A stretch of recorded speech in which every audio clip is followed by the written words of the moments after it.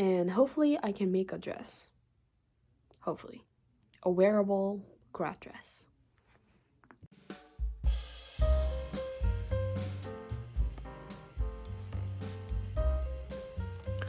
I could not, for the life of me, find a single clip of me explaining the context of this project.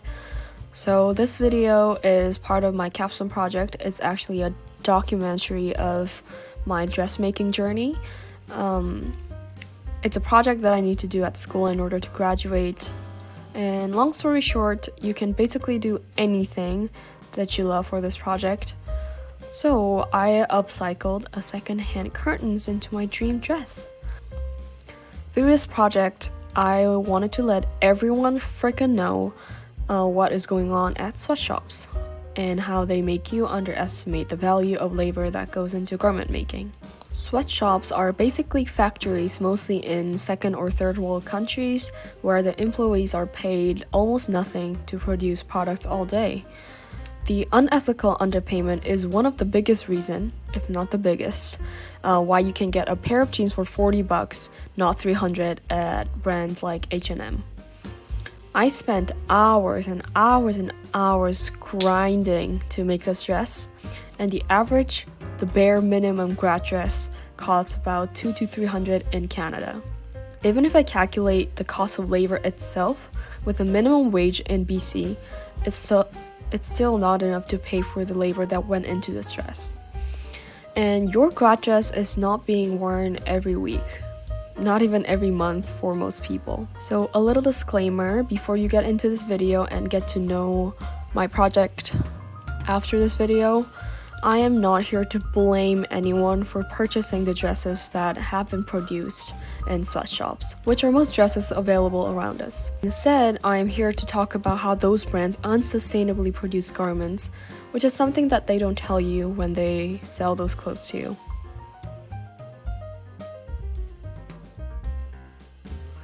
Okay. To start off, the first thing I did was finding a lot of inspiration photos on Pinterest. If you're interested, you can find a link down below to access my Pinterest board for my grad dress. I wanted something like a princess gown with a fluffy skirt. And color-wise, I was thinking either pale yellow, pink, or blue, so something pastel-y.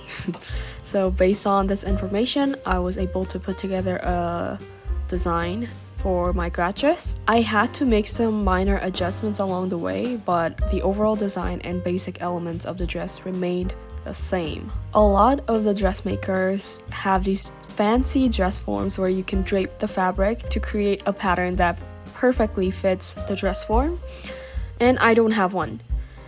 Which means I had to perform a little surgery on myself to make a pattern. I drew a desired pattern on a tank top, as you can see in this clip, and draped the fabric on myself to trace it. It took 3 trials in total to make the final pattern for myself, but I'm not gonna lie, it was very painful.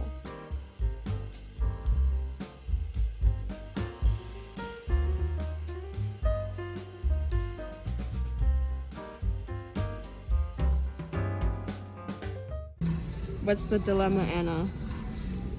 I don't know what color to get. Here. How do I look? This. Oh, Shanna, I think I have to get this. Yeah? This looks more expensive. You know what? I'm not a skilled dressmaker, so at least my fabric has to look expensive. Is it this one? We're getting that one? Yes.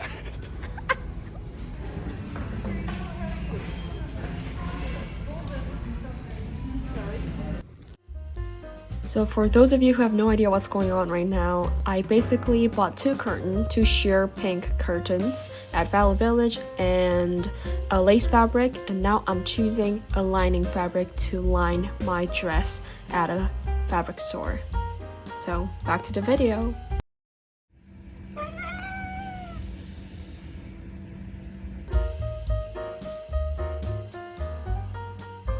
I thought the bodice was going to be the hardest part of this project, but turns out It was the simplest one.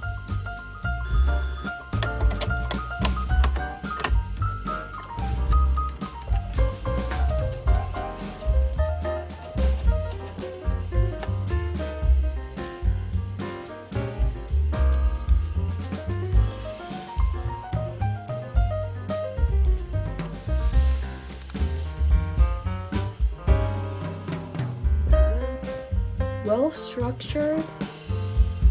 I had to put together the outside layer and the interfacing layer and a lining.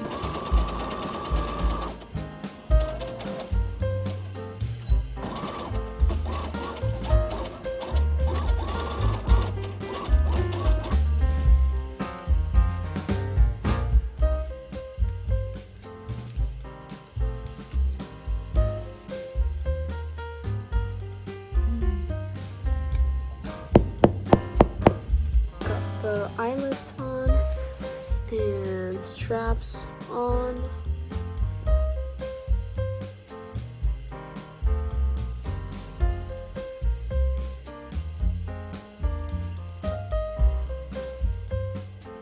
So the skirt that I ended up with at the end is my second try, which means I had to make a skirt, seam rip everything because I didn't like it, then make a new one again. The initial try, I just gathered all the fabric I had, which was a lot. But because my bodice is pretty short, it looked like a child dress. It wasn't really flattering on my body type, which is like a block of butter.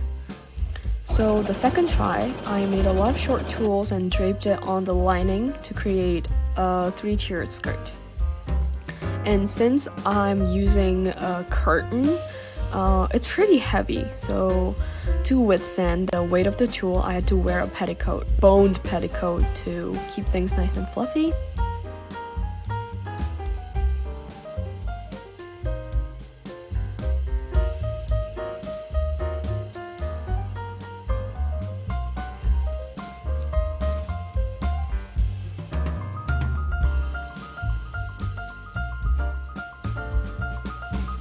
I'll show you my favorite part of this whole dressmaking journey.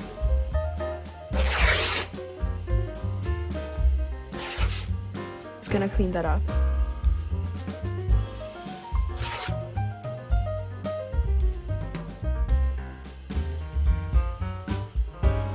This got hem to now. I'm gonna attach the bodice to the skirt and attach a zipper, and we're gonna be done. You have no idea what I'm going through. And despite the zipper making the process extra complicated, I was able to finish the skirt, I would say, in like a bit more than half a day. And here is the final product.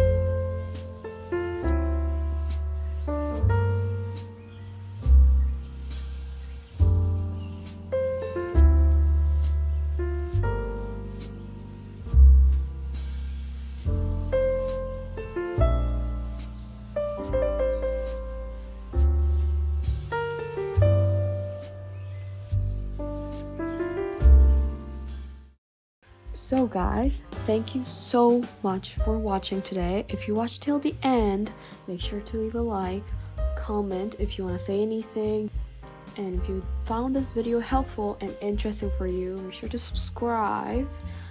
And I still might need to make some minor changes, such as attaching these sleeves.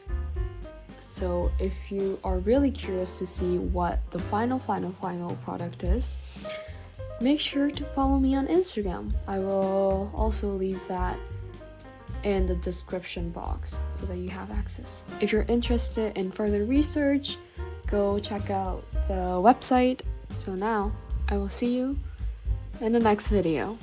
Bye!